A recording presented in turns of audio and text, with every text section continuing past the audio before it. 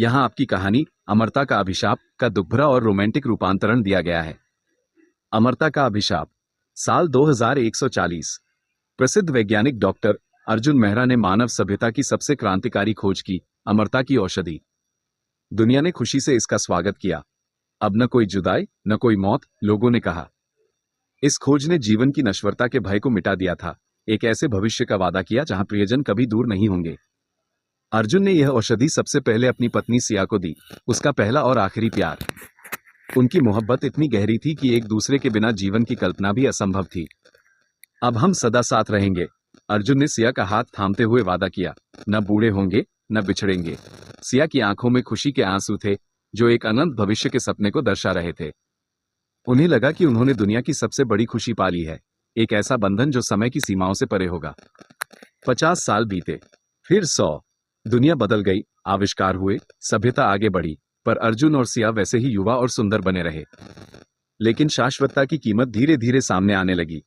जो प्रेम कभी उनकी सांसों में घुला था, वह अब एक फीकी पड़ चुकी याद जैसा लगने लगा। रिश्तों में एक अजीब सी दूरी आ गई थी। समय के साथ जीवन के नए अनुभवों और आकांक्षाओं ने उन्हें अलग करना शुरू कर दिया था। एक दोपहर, जब सूरज की किरणें उनके बगीचे में पत्तों से छनकर आ रही थी, सिया ने अर्जुन से कहा, तुमने शरीर को तो अमर कर दिया, पर प्यार का क्या, अर्जुन? वो हर दिन थोड़ा मरता है। उसकी आवाज में एक अजीब सी उदासी थी, एक ऐसी वेदना जिसे अमरता भी दूर नहीं कर सकती थी। सिया, जो एक संवेदनशील कलाकार थी, अब हर दिन वही चित्र बनाती थी, एक सूनी बाहें जिनमें कोई नहीं। उसके रंगों में भी अब विरह की उदासी छा गई थी। अमर जीवन ने उसके कलात्मक आवेग को भी बेजान कर दिया था। एक दिन सिया चली गई, न मरी न खोई, बस अलग हो गई, दुनिया में कहीं, हमेशा के लिए। उसका जाना मौत से भी ज्यादा दर्दनाक था, क्योंकि यह एक अंतहीन अलगाव था। कोई अंतिम संस्कार नहीं, कोई श्रद्धांजलि नहीं, बस एक खालीपन जो कभी भरा नहीं जा सकता था। वह बस कहीं थी, हमेशा के लिए जीवित, लेकिन अर्जुन की पहुंच से दूर। अर्जुन ने सदी दर सदी उसका इंतजार किया। वह अब एक अमर इंसान नहीं, बल्कि एक अमर अभिशाप का शिकार था।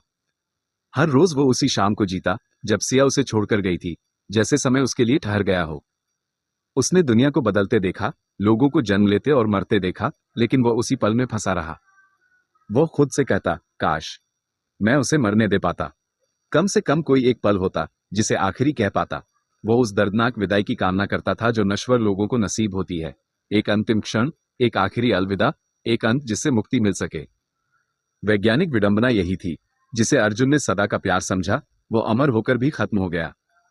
जिस खोज को उसने प्रेम को अनंत बनाने के लिए किया था, वही उसके प्रेम का अंत बन गई। अमरता ने उन्हें साथ नहीं रखा, बल्कि उन्हें एक दूसरे से दूर कर दिया। अब अर्जुन अमर नहीं, अधूरा था।